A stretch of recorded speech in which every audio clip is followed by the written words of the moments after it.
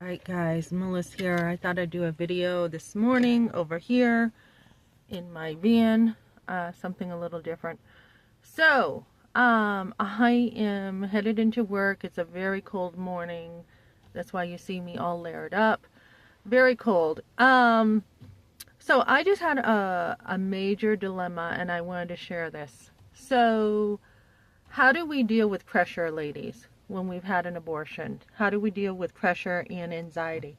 So if you know me, I am never, ever, ever late. Never. It's my biggest pet peeve when it comes to work, being late. So, I am super picky about being late. I have a reputation of being reliable. And so here I am at work, and I was coming to work, and I'm like, can I afford to be late? And I'm like, no, you're new, you can't afford it. I had a situation with someone else this morning. When you are around certain people, you have to have your boundaries up to make sure that you're not being affected by them. So I'm like, okay, if I choose this, there's a moral dilemma, okay? If I choose this, I cannot in good conscience choose this, right? So I had some decisions to make this morning. And I'm like, okay, so this decision is going to make me late. It's going to make me late. And I'm like, what choice do I have here? I have either to choose a moral dilemma that I cannot sit with, or I'm going to be late on a new job. And I'm like, well, you could call in, you could do this, you could just let them know you're on your way, you could do this, you could do that. Now, how do we deal with that pressure? Because I could feel the pressure. I'm like, oh my goodness, I'm getting nervous. Oh my goodness, anxiety's coming. I'm feeling it. I feel like I'm going to make a mistake. If I get to work, there's going to be condemnation. Now, I've dealt with this for a while as post-traumatic stress from abortion, from a forced abortion. So I'm like, oh my goodness, I'm going to get in trouble with the authorities, with the boss. I'm going to be in trouble. How do I deal with this? Now, I have learned what my triggers are for the most part. And so I have learned how to say, rise above it, Melissa.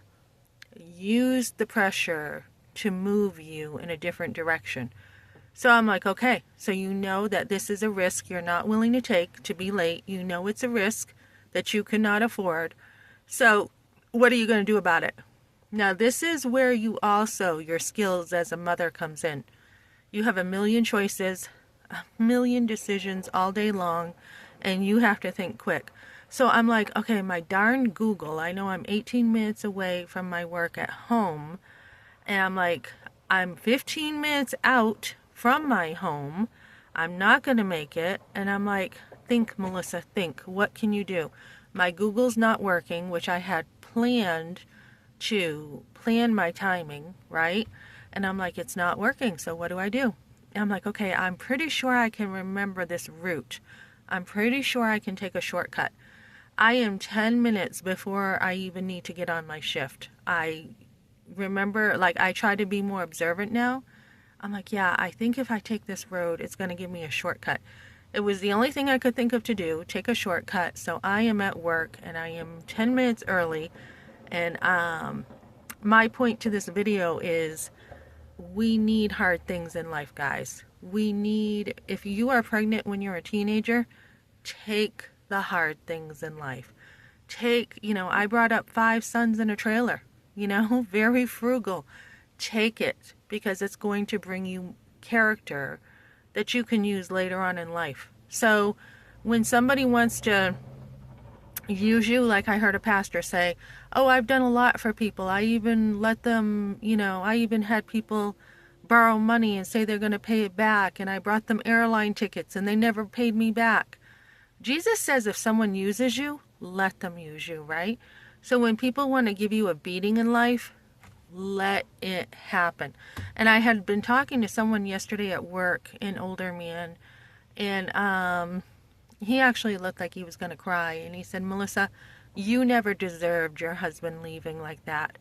And he's like, I can tell already I like you. I can tell what kind of person you are already. So